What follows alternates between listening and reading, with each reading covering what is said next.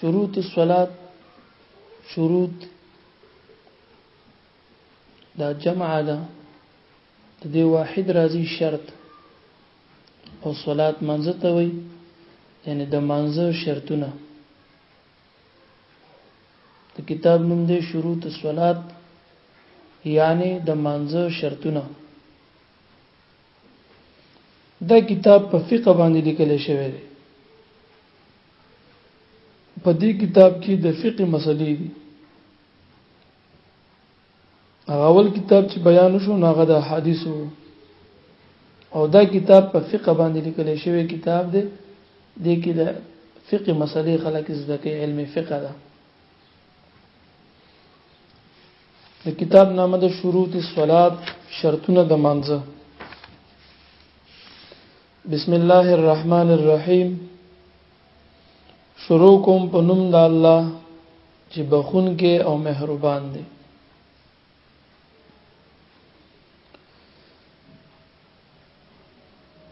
الحمد لله رب العالمين الحمد طول سنا صفت چي دي لله الله لردي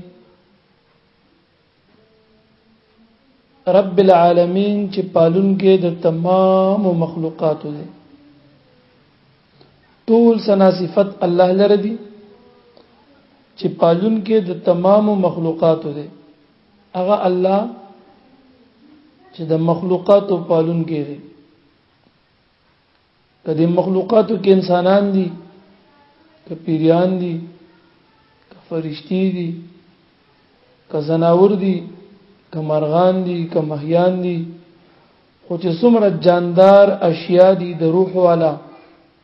د دین پالون کې رب ذوالجلال له او قسم رب جان اشیاء دي چې روح پکې نشته دي د هغه پالون کې هم او پیدا کون کې هم رب ذوالجلال له سوا د الله نه چې په دې دنیا کې په هوا کې په اسمانونو کې په زمکو کې په قیامت او آخرت کې چې داس دي د ټولو ته مخلوق ویل شي د ټولو ته عالم ویل شي نو الحمد ثنا او صفت لله الله لرضي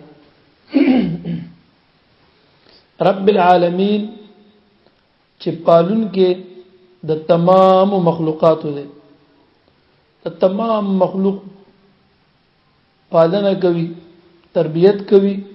نو ذکر دی الله تعالی دا ټول ثنا ده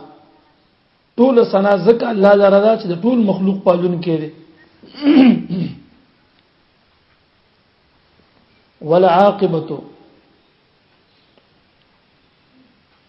اخرت چې د للمتقین د پاره د پرهیزګارانو دی ګوري دلته وی عاقبت اخر انجام یا اخرت چې دی ا د پاره د پرهیزګارانو یعنی د اولیاء دی پرهیزګار چې د ګناه لزان بچی خود خدای دوستان دي کنه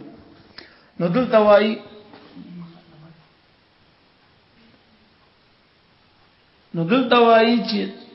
اخرت د پاره د متقینانو دی د انسان ذهن ته دا خبره راځي چې ولې د کافرانو د پاره اخرت نشته ولې د ګناګارانو د پاره نشته بس صرف د اولیاء د پاره به اخرت وي اخرت د ټولو د پاره دی خو مطلب دا دی چې د اخرت ګټه د اخرت کامیابی د اخرت خوشحالي چې دا خ انجام د اخرت چې دین هغه د پاره د اولیاء دی والعاقبه او خوشحالي د اخرت چې دا کامیابی د اخرت چې دا للمتقین د پاره د پرهیزګارانو ده دا سبق آسان دی نو دلته درود مور پسې هم وایو والصلاه درود دی وی صلات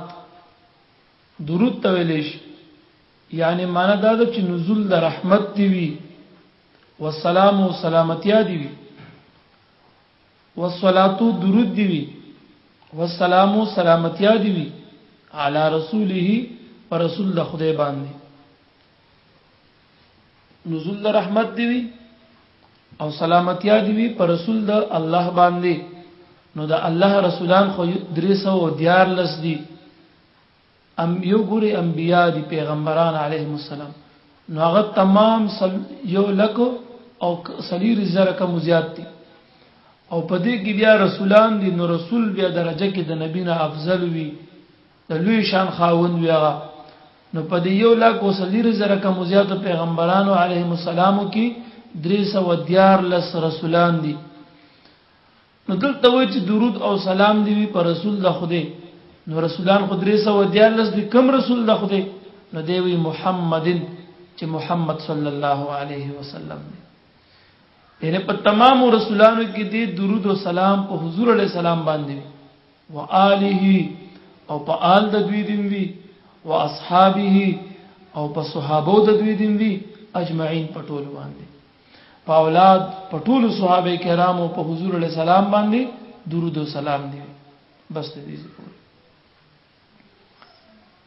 الحمد ټول ثنا صفت لله الله درده رب العالمین زکا چې دا الله د ټول مخلوقات رب دی نو چې د ټول مخلوقات رب دی نو ټول ثنا او صفتم الله درده الحمد ټول ثنا صفت لله الله درده ولی وی ذکر رب العالمین چې دا الله تعالی د ټول مخلوقات رب دی نو ذکر ول ټول ثنا او صفت دی والعاقبه خوشالي د آخرت چې دا للمتقین د پاره د پرهیزګارانو دا والصلاه درود دی والسلام سلامتی دی علی رسوله ورسول د خدای باندې محمدن چې محمد صلی الله علیه وسلم دی و آله او په آل د حضور علیه السلام باندې درود او سلام دی و اصحابه و صحابه کرام باندې هم اجمعین په ټولو دی درود او سلام می الحمد ټول ثنا صفت لله الله لرده رب العالمین چې پالون کې د ټولو مخلوقات دی والعاقبه او خوشالي د آخرت للمتقین د پاره د پرهیزګارانو دا والصلاه نزول د رحمت دی والسلام سلامتی دی علی رسوله ورسول الله باندې محمدن چې محمد صلی الله علیه وسلم دی و آله او په آل د دوی دین درود او سلام وي او اصحابه او په صحابه کرامو د دوی درود او سلام دی اجمعین پټولو صحابه کرامو بس دې پوره یو څو منټه تکرار وکړي دوباره بیا دریم کتاب وایو ان شاء الله